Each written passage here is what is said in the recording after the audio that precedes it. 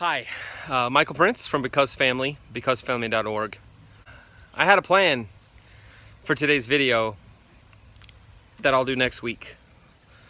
But I was awakened by a thunderstorm at about 3 o'clock this morning, and while I was looking at our weather guy on Facebook, I came across all the news about the shooting in Dallas and the nonsense that's happening in our country.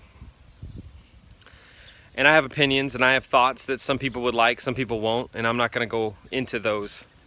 What I do want to do, though, is talk to you for a couple minutes about raising children who know how to love in this world that's so full of hate. When I was a kid, it was simple. Bad guys hurt people. I remember the Oklahoma City bombing as a kid. It gave me nightmares for a week. I couldn't sleep. I remember 9/11. It was simple. You crashed a plane into non-Americans crashed a plane into a building and killed people and killed Americans. It was easy. It's simple. Terrible, but a simple process to wrap your mind around. The problem is now our kids don't know who to look at as the good guy or the bad guy. It's just not that easy anymore. I have family who are in law enforcement, and I know them very well. And I know their hearts, I know who they are, what kind of men and women they are. And I know that they would never hurt somebody intentionally. They would never be the type of person to use their authority so aggressively. But then I also know that they're put in situations I could never imagine being put in. And so my heart aches today. It hurts today. Not just because we are so torn and polarized as a country, but because my kids are growing up here. They're living in a country where everybody around them is consumed with what's going on right now in the news and all the things that are happening. And so I really wanted to really pray and think about how we raise godly children who know how to love when this world's so full of hate. The first thing as I was praying last night that I really thought of and was protecting our young ones from the hate. Protecting our little ones. My oldest is only 8 years old.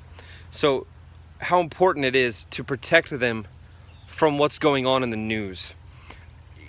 Guys, the news just proclaims hate and strengthens the hate depending on which side you're on. It's just pick a channel and it'll tell you to hate the people that you already feel a little bit of angst towards. But it's bad for your children because it's just breeding more hate, and hate's breeding more hate. No matter what side you're on, stop it, turn it off. Don't talk about it around them. And I'm talking about your younger kids, because your older kids are going to figure this stuff out. It's all over the Snapchat app. If you've got teenagers, it's all over it. Here's what you have to do with your teenagers. You have to communicate. You have to talk with them about what's going on in the world and what it looks like. Talk to them about what's behind a badge, that it's a human being, a person who has to choose me or them when they go into a situation. Our kids need to understand the reality behind those things as they are older, as they're teenagers, because right now the young people are hearing love, you've got to love each other, you've got to be there for each other, you can't always hurt. And while that's true, we were just talking about it, the only real source of love is God. The only place to find love, the only place to find hope, the only place to find truth is God. He is love. There is no love besides him. And in the love verse in the book of 1 Corinthians, it talks about how love is patient, love is kind, love casts out fear. It doesn't keep record of wrongs. Guys, the last thing I want to encourage you to do with your kids is teach them to forgive.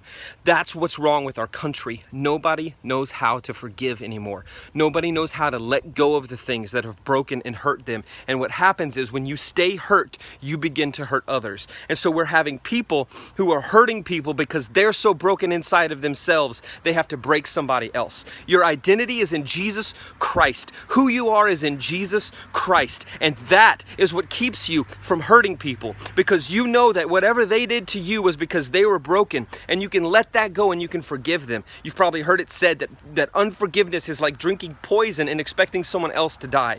That's what we do to ourselves.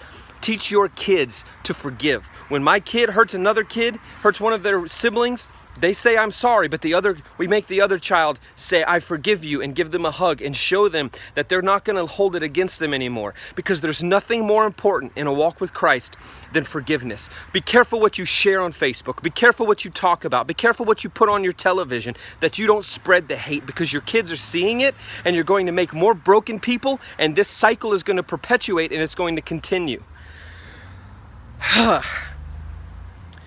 God bless you. Thank you for watching.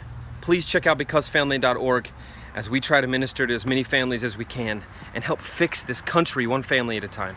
God bless.